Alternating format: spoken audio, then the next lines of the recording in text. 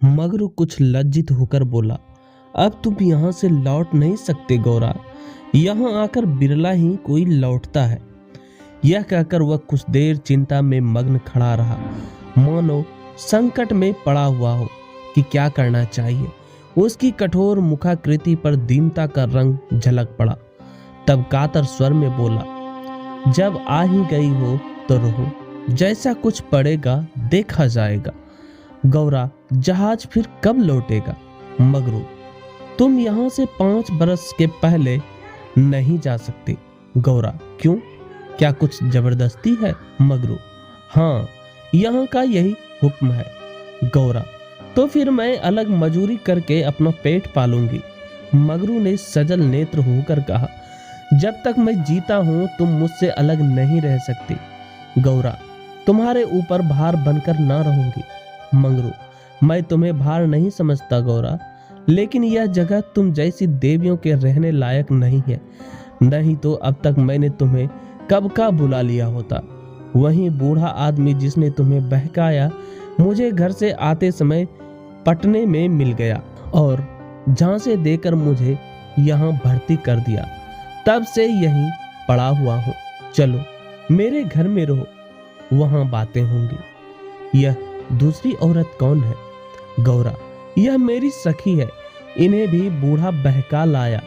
मगरू, यह तो किसी कोठी में जाएंगे, इन सब आदमियों की बांट होगी, जिसके हिस्से में जितने आदमी जाएंगे उतने हर एक कोठी में भेजे जाएंगे। गौरा, यह तो मेरे साथ रहना चाहती है। मगरू, अच्छी बात है, इन्हें भी लेती चलो। यात्रियों के नाम तो लिखे ही जा चुके थे। मगरू ने उन्हें एक चपरासी को सौंपकर दोनों औरतों के साथ घर की राह ली। दोनों ओर सघन वृक्षों की कतारें थी, जहां तक निगाह जाती थी उख ही उख दिखाई देती थी। समुद्र की ओर से शीतल निर्मल वायु के झोंके आ रहे थे। अत्यंत सुरगम्य दृश्य था, पर मंगरू की निगाह उस ओर न थी। वह भूमि की ओर ताकता सिर झुकाए संदिग्ध चाल से चला जा रहा था, मानो मन ही मन कोई समस्या का हल कर रहा था। थोड़ी ही दूर गए थे कि सामने से 2 आदमी आते हुए दिखाई दिए। समीप आकर दोनों रुक गए और एक ने हंसकर कहा, मंगरू, इनमें से एक हमारी है। दूसरा बोला, और दूसरा मेरी। मंगरू का चेहरा तमतमा उठा।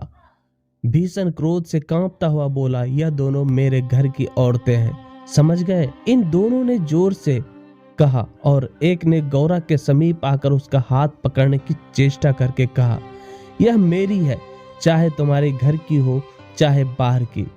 बचा, हमें चकमा देते हो। मगरू, कासिम, इन्हें मत छेड़ो, नहीं तो अच्छा ना होगा। मैंने कह दिया मेरे घर की औरतें हैं।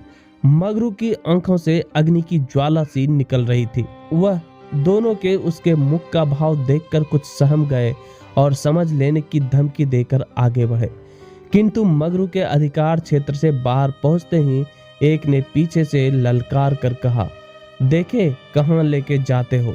मगरू ने उधर ध्यान नहीं दिया, जरा कदम बढ़ाकर चलने लगा, जैसे संध्या के एकांत में हम कब्रिस्तान के पास से गुजरते हैं। हमें पग पग पर यह शंका होती है कि कोई शब्द कान में न पड़ जाए, कोई सामने आकर खड़ा न हो जाए, कोई जमीन के नीचे से कफन ओढ़े उठ ना खड़ा हो। गौरा ने कहा, ये दोनों बड़े सौदे थे। मगरू, और मैं किस लिए कह रहा था कि यह जगह तुम जैसे स्त्रियों के रहने लायक नहीं है। सहसा दाहिनी तरफ से एक अंग्रेज घोड़ा दौड़ाता हुआ आ पहुंचा और मगरू से बोला, वेल जमादार, ये दोनों औरतें हमारे कोठी में रहेगी। हमारे कोठी में कोई औरत नहीं है। मगरू ने दोनों औरतों को अपने पीछे कर लिया और सामने खड़ा होकर बोला, साहब, ये दोनों हमारे घर की औरतें हैं। साहब, ओहो, तुम झूठा आदमी, हमारी कोठी में कोई औरत नहीं और तुम 2 ले जाएगा, ऐसा नहीं हो सकता। गौरा की ओर इशारा करके इसको हमारी कोठी पर पहुंचा दो। मगरू ने सिर से पैर तक कांपते हुए कहा, ऐसा नहीं हो सकता। मगर साहब आगे बढ़ गया था, उसके कान में बात न पहुंची। उसने हुक्म दे दिया था और उसकी तामील करना जमादार का काम था। शेष मार्ग निर्विघ्न समाप्त हुआ।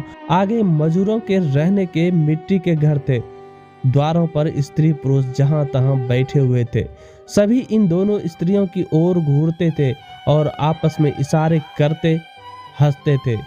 गौरा ने देखा उनमें छोटे बड़े का लिहाज नहीं है, न किसी के आंखों में शर्म है। एक भैंसले ने हाथ पर चीलम पीते हुए अपनी पड़ोसिन से कहा, 4 दिन की चांदनी फिर अंधेरी पाक।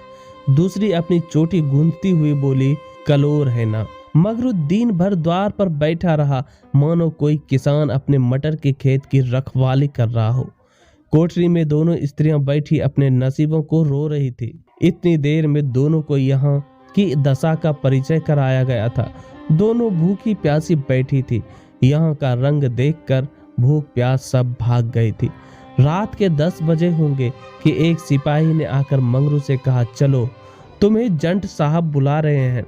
मगरू ने बैठे बैठे कहा, देखो नब्बी, तुम भी हमारे देश के आदमी हो, कोई मौका पड़े तो हमारी मदद करोगी ना। जाकर साहब से कह दो मंगरू कहीं गया है, बहुत होगा जुर्माना कर देंगे। नब्बी, नो भैया, गुस्से में भड़ा बैठा है, पिए हुए हैं, कहीं मार चले तो बस, चमड़ा इतना मजबूत नहीं है। मंगरू, अच्छा तो जाकर कह दो। नहीं आता। नब्बी, मुझे क्या, जाकर कह दूंगा, पर तुम्हारी खैरियत नहीं है। यह कहकर वह बंगले पर चला। यही वही साहब थे जिनसे आज मंगरू की भेंट हुई थी। मंगरू जानता था कि साहब से बिगाड़ करके यहाँ एक क्षण भी निर्वाह नहीं हो सकता। जाकर साहब के सामने खड़ा हो गया। साहब ने दूर से ही डांटा, वह औरत कहाँ है? तुमने उसे अपने घर में क्यों रखा है? मंगरू, हजूर, वह मेरी ब्याहता औरत है। साहब, अच्छा, वह दूसरा कौन है? मगरू, वह मेरी सगी बहन है हुजूर। साहब, हम कुछ नहीं जानता, तुमको लाना पड़ेगा, दो में से कोई। मंगरू पैरों पर गिर पड़ा और रो रो कर अपनी सारी राम कहानी सुना गया। पर साहब जरा भी ना पसीजे। अंत में वह बोला, हुजूर, वह दूसरी औरतों की तरह नहीं है, अगर यहाँ आ भी गई तो प्राण दे देगी। साहब ने हंसकर कहा, ओ, जान देना इतना आसान नहीं है। नबी, मंगरू अपनी दांव रोते क्यों हो? तुम हमारे घर नहीं घुसते थे, अब भी जब घात पाते हो जा पहुंचते हो, अब क्यों रोते हो? एजेंट, ओ ये बदमाश है, अभी जाकर लाओ, नहीं तो हम तुमको हंटरों से पीटेगा। मंगरू, हुजूर, जितना चाहे पीट ले, मगर मुझसे यह काम करने को ना कहें जो मैं जीते जी नहीं कर सकता। एजेंट, हम 100 हंटर मारेगा। मंगरू, हुजूर 1000 हंटर मार ले, लेकिन मेरे घर की औरतों से ना बोले। एजेंट नशे में चूर था। हंटर लेकर मंगरू पर पिल पड़ा और लगा सड़ासड़ जमाने। 10-12 कोड़े मंगरू ने धैर्य के साथ सहे, फिर हाय हाय करने लगा। देह की खाल फट गई थी और मांस पर चाबुक पड़ता था तो बहुत जब्त करने पर भी कंठ से आर्त ध्वनि निकल आती थी। टौर अभी 100 में कुछ 15 चाबुक पड़े थे। रात के 10 बज गए थे।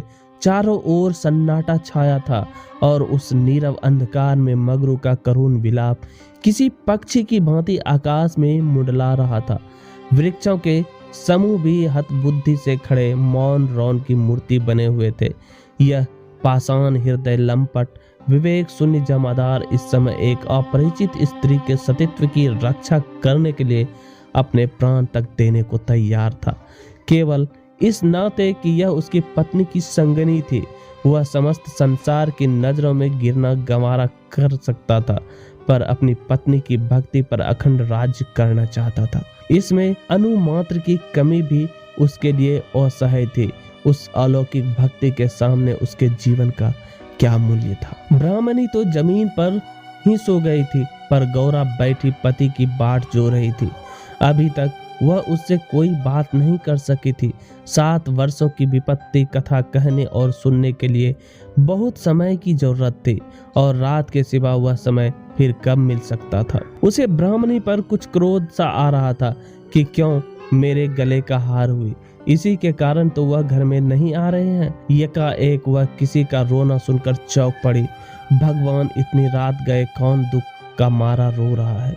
अवश्य कोई कहीं मर गया है। वह उठकर द्वार पर आए और यह अनुमान करके कि मंगरू यहाँ बैठा हुआ है, बोली, वह कौन रो रहा है, जरा देखो तो। लेकिन जब कोई जवाब न मिला तो वह स्वयं कान लगाकर सुनने लगी। सहसा उसका कलेजा धक से हो गया, तो यह उन्हीं की आवाज है। अब आवाज साफ साफ सुनाई दे रही थी, मंगरू की आवाज थी। वह द्वार के बाहर निकल आई। उसके सामने एक गोली के अम्मे पर एजेंट का बंगला था। उसी तरफ से आवाज आ रही थी, कोई उन्हें मार रहा है। आदमी मार पड़ने पर ही इस तरह रोता है। मालूम होता है वही साहब उन्हें मार रहा है। वह वहां खड़ी न रह सके, पूरी शक्ति से उस बंगले की ओर दौड़ी। रास्ता साफ था। एक क्षण में वह फाटक पर पहुंच गए। फाटक बंद था। उसने जोर से फाटक पर धक्का दिया, लेकिन वह फाटक ना खुला और कई बार जोर जोर से पुकारने पर भी कोई बाहर ना निकला। तो वह फाटक के जंगलों पर पैर रखकर भीतर कूद पड़ी और उस पार जाते ही उसने एक रोमांचकारी दृश्य देखा। मंगरू नंगे बदन बरामदे में खड़ा था और एक अंग्रेज उसे हंटरों से मार रहा था। गौरा की आंखों के सामने अंधेरा छा गया। वह एक छलांग में साहब के सामने जाकर खड़ी हो गई और मंगरू को अपने अक्षय प्रेम सबल हाथों से ढक कर बोली, सरकार दया करो, इनके बदले मुझे जितना मार लो, पर इनको छोड़ दो। एजेंट ने हाथ रोक लिया और उन्मत्त की भांति गौरा की ओर कई कदम आकर बोला, हम इसको छोड़ दें तो तुम मेरे पास रहेगा। मंगरू के नथने फड़कने लगी। यह पामर नीच अंग्रेज मेरी पत्नी से इस तरह की बातें कर रहा है। अब तक वह जिस अमूल्य रत्न की रक्षा के लिए इतनी यातनाएं सह रहा था, वही वस्तु साहब के हाथ में चली जा रही है। यह असह्य था। उसने चाहा कि लपक कर साहब की गर्दन पर चढ़ बैठूं, जो कुछ होना है हो जाए। यह अपमान सहने के बाद जीकर ही क्या करूंगा। लेकिन नब्बी ने उसे तुरंत पकड़ लिया और कई आदमियों को बुलाकर उसके हाथ पांव बांध दिए। मंगरू भूमि पर छटपटाने लगा। गौरा रोती हुई साहब के पैरों पर गिर पड़ी और बोली, हुजूर, इन्हें छोड़ दे, मुझ पर दया करें। एजेंट, तुम हमारे पास रहेगा? गौरा ने खून का घूंट पीकर कहा, हाँ रहूंगी। बाहर मंगरू बरामदे में पड़ा कड़ा रहा था। उसकी देह में सूजन थी और घाव में जलन। सारे अंग जकड़ गए थे। हिलने की भी शक्ति ना थी। हवा घावों में सर्र के समान चुभती थी, लेकिन यह व्यथा वह सह ना सकता था। असह्य यह था कि साहब गौरा के साथ इसी घर में विहार कर रहा है और मैं कुछ नहीं कर सकता। उसे अपनी पीड़ा भूल सी गई थी। कान लगाए सुन रहा था कि उनकी बातों की भनक कान में पड़ जाए तो देखूं क्या बातें हो रही है। गौरा अवश्य चिल्लाकर भागेगी और साहब उसके पीछे दौड़ेगा। अगर मुझसे उठा जाता तो उस वक्त बचा को खोद कर गाड़ ही देता। लेकिन बड़ी देर हो गई ना, तो गौरा चिल्लाई, न बंगले से निकलकर भागी। लेकिन बड़ी देर हो गई, न तो गौरा चिल्लाई न बंगले से निकलकर भागी। वह उस सजे सजाए कमरे में साहब के साथ बैठी सोच रही थी, क्या इसमें तनिक भी दया नहीं है? मंगरू का पीड़ा क्रंदर सुन सुनकर उसके हृदय के टुकड़े हुए जाते थे। क्या इसके अपने भाई बंद माँ बहन नहीं है? माता यहाँ होती तो उसे इतना अत्याचार ना करने देती। मेरी अम्मा लड़कों पर कितना बिगड़ती है। जब वह किसी को पेड़ पर ढेले चलाते देखती थी, पेड़ में भी प्राण होते हैं। क्या इसकी माता इसे एक आदमी के प्राण लेते देखकर भी इसे मना ना करती? साहब शराब पी रहा था और गौरा गोश्त काटने का छुरा हाथ में लिए खेल रही थी। सहसा गौरा की निगाह एक चित्र की ओर पड़ी। उसमें एक माता बैठी हुई थी। गौरा ने पूछा, साहब यह किसकी तस्वीर है? साहब ने शराब का गिलास मेज पर रखकर कहा, ओ यह हमारे खुद की माँ मरियम है। गौरा, बड़ी अच्छी तस्वीर है। क्यों साहब, तुम्हारी माँ जीती है ना? साहब, वह मर गया। जब हम यहाँ आया तो वह बीमार हो गया। हम उसको देख भी नहीं सका। साहब के मुखमंडल पर करुण की झलक दिखाई दी। गौरा बोली, तब तो उन्हें बड़ा दुख हुआ होगा। तुम्हें अपनी माता का प्यार नहीं था। वह रो रो कर मर गए और तुम देखने भी नहीं गए, तभी तुम्हारा दिल कड़ा है। साहब, नहीं नहीं, हम अपनी माता को बहुत चाहता था। वैसी औरत दुनिया में ना होगी। हमारा बाप हमको बहुत छोटा सा छोड़कर मर गया था। माते ने कोयले की खान में मजूरी करके हमको पाला। गौरा, तब तो वह देवी थी। इतना गरीबी का दुख सहकर भी तुम्हें दूसरे पर तरस नहीं आता? क्या वह दया की देवी तुम्हारी बेदर्दी देखकर दुख ना होती होंगी? उनकी कोई तस्वीर तुम्हारे पास है? साहब, ओ, हमारे पास उनके कई फोटो हैं। देखो, वह उन्हीं की तस्वीर है, वह दीवार पर। गौरा ने समीप जाकर तस्वीर देखी और करुण स्वर में बोली, सचमुच देवी थी, जान पड़ता है। दया की देवी है। वह तुम्हें कभी मारती थी कि नहीं? मैं तो जानती हूँ वह कभी किसी पर ना बिगड़ती होगी। बिल्कुल दया की मूर्ति है। साहब, ओ, मामा हमको कभी नहीं मारता। वह बहुत गरीब था, पर अपने कमाई में कुछ ना कुछ जरूर खैरात करता था। किसी बेबाप के बाग को देखकर उसकी आंखों में आंसू भर आता था। वह बहुत ही दयावान था। गौरा ने तिरस्कार के स्वर में कहा, और उसी देवी के पुत्र होकर तुम इतने निर्दयी हो? क्या वह होती तो तुम्हें किसी को इस तरह हत्यारों की भांति मारने देती? वह सरग में रो रही होगी। सरग नरक तो तुम्हारे यहां भी होगा। ऐसी देवी के पुत्र कैसे हो गए? गौरा को यह बातें कहते हुए जरा भी भय न होता था। उसने अपने मन में एक दृढ़ संकल्प कर लिया था और अब उसे किसी प्रकार का भय ना था। जान से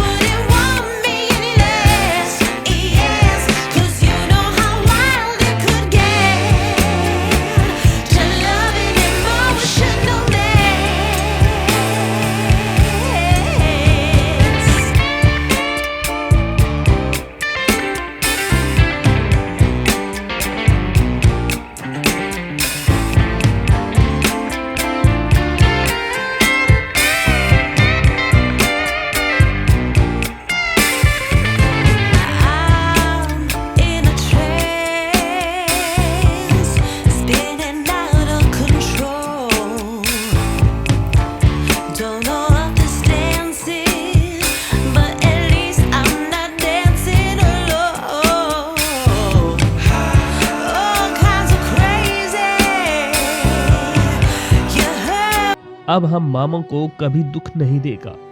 हम अभी मगरू को अस्पताल भेजता है। रात को ही मगरू को अस्पताल पहुंचा दिया गया।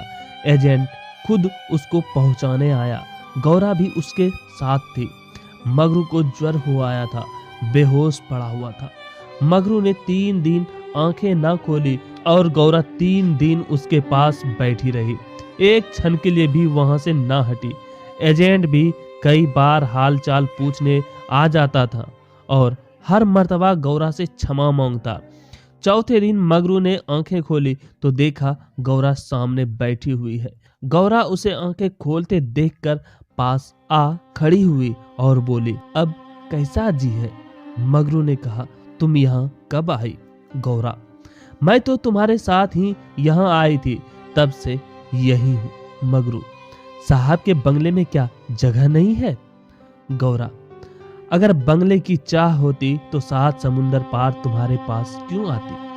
मगरू, आकर कौन सा सुख दे दिया है? तुम्हें यही करना था तो मुझे मर क्यों ना जाने दिया? गौरा ने झुंझलाकर कहा, तुम इस तरह की बातें मुझसे ना करो, ऐसी बातों से मेरी देह में आग लग जाती है। मगरू ने मुंह फेर लिया, मानो उसे गौरा की बात पर विश्वास नहीं आया। दिन भर गौरा मंगरू के पास बेदाना पानी खड़ी रही।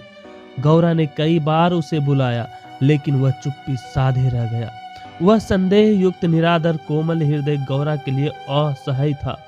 जिस पुरुष को वह देवतुल्य समझती थी, उसके प्रेम से वंचित होकर वह कैसे जीवित रह सकती थी? यही प्रेम उसके जीवन का आधार था। उसे खोकर अब वह अपना सर्वस्व खो चुकी थी। आधी रात से अधिक बीत चुकी थी। मंगरू बेखबर सोया हुआ था।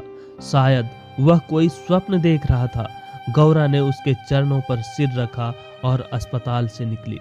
मगरू ने उसका परित्याग कर दिया था, वह भी उसका परित्याग करने जा रही थी। अस्पताल के पूर्व दिशा में एक फरलांग पर एक छोटी सी नदी बहती थी।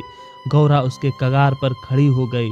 अभी कई दिन पहले वह अपने गांव में आराम से पड़ी हुई थी।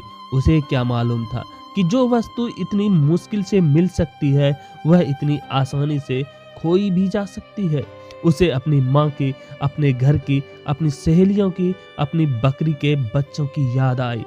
वह सब कुछ छोड़कर इसलिए यहाँ आई थी। पति के ये शब्द, क्या साहब के बंगले में जगह नहीं है? उसके मर्म स्थान में बाणों के समान चुभे हुए थे। यह सब मेरे ही कारण तो हुआ। मैं ना रहूंगी तो वह फिर आराम से रहेंगे। सहसा उसे ब्राह्मणी की याद आ गई। उस दुखिया के दिन यहाँ कैसे कटेंगे? चलकर साहब से कह दो कि उसे या तो उसके घर भेज दे या किसी पाठशाला में काम दिला दे। वह लौटना ही चाहती थी कि किसी ने पुकारा, गौरा, गौरा। वह मगरू का करुण कंपित स्वर था। वह चुपचाप खड़ी हो गई। मगरू ने फिर पुकारा, गौरा, गौरा, तुम कहाँ हो? मैं ईश्वर से कहता हूँ कि। गौरा ने और कुछ ना सुना। वह धम से नदी में कूद पड़ी। बिना अपने जीवन का अंत किए वह स्वामी की विपत्ति का अंत न कर सकती थी। धमाके की आवाज सुनते ही मगरू भी नदी में कूदा। वह अच्छा तैराक था, मगर कई बार गोते मारने पर भी गौरा का कहीं पता न चला। प्रातःकाल दोनों लाशें साथ साथ नदी में तैर रही थी। जीवन यात्रा में उन्हें वह चिरसंग कभी न मिला था। स्वर्ग यात्रा में दोनों साथ साथ जा रहे थे। धन्यवाद दोस्तों, ये कहानी यहीं खत्म होती है। आप हमें कमेंट करके बताएं कि आपको ये कहानी कैसी लगी।